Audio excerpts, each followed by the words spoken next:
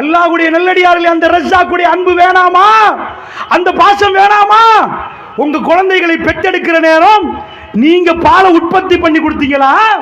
ரப்புல் ஆலமீன் கொடுத்தானா? தாய்க்கு தெரியாது. புள்ள வந்து அப்படி விழுந்துரும். அதுக்கு பிறகு தொப்புள் கொடியை வெட்டின போறாது அழுவும். இதுவரைக்கும் வயிற்றில் இருந்து சாப்பிட்ட குழந்தை முதல் தடவையாக நீங்க தாய்மையை அடைஞ்சிருப்பீங்க. இப்ப உங்களுக்கு குழந்தைய காட்டிருப்பாங்க.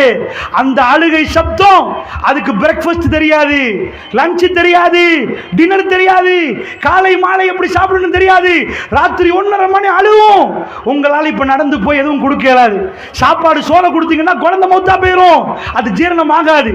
பல்லு எப்ப வருவதோ அப்புறம் தான் ஜீரண தொகுதி பண்ணும். பள்ளி இல்லைன்னா முடிஞ்சு போச்சு. நீங்க எதை பணஞ்சு கொடுத்தாலும் முடிச்சு. லட்டை கொடுத்தா செத்து போயிரும். உள்ள ஏதாவது ஒரு ஜூஸ் கொடுத்தீங்கன்னா செத்து போயிரும். அந்த நேரம் ராத்திரி 1:30 மணி குழந்தை அழ ஆரம்பிக்குது. சுப்ஹானல்லாஹ். தாய்மார்களே, இந்த அற்புதத்தை கண்ணால நீங்க பாத்தீங்க.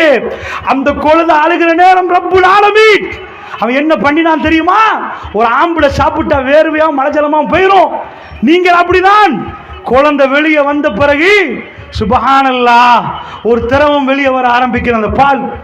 அந்த குழந்தைக்கு எது கொடுத்தாலும் சாவுமா, புறையேறுமா, செத்து போயிருமா, ஜீரணமாகாதாம்.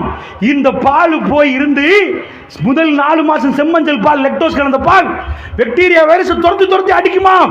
அந்த உணவு போய் சேர்ந்த பிறகு 1:30 மணிக்கு அந்த குழந்தைக்கு வயிறு ஃபில் ஆயிட்டு நீங்க அப்படியே உட்கார்ந்து கொடுத்துட்டீங்க. கண் அசர பார்க்குது 3 மணி. குழந்தைக்கு நைட் ஜாமம் எல்லாம் தெரியாது. இப்ப நம்ம லஞ்ச் எடுத்துட்டோமா தெரியாது. 3 மணிக்கு திரும்ப ஆள அந்த பால் திரும்ப தயாராக்கப்பட்டிருக்கிறதா. ரஹ்மான் இரக்கமுடையவன். உங்க குழந்தை உங்களுக்கு பெற்று வெளியே வடித்த பிறகும் அவன் உணவை கொடுத்ததை 2 வருடங்களாக அந்த குழந்தைக்கு கை கால் பலன் இல்லாமல் நிக்கிற நேரம், தவந்து போற நேரம், சாப்பிட தெரியாத நேரம், கையை எடுத்து வாயில போட தெரியாத நேரம், பல்லால் சப்ப தெரியாத நேரம் எல்லாம் உங்கள்கிட்ட பால தந்து நீங்க கேர் பண்ணுங்க உணர்வை கொடுத்த ரஹ்மான், அந்த ரிஸ்கை கண்ணால் பார்த்து நீங்க எந்த தைரியத்தில் வட்டி கடைக்கு போவீர்கள் தாய்மார்களே?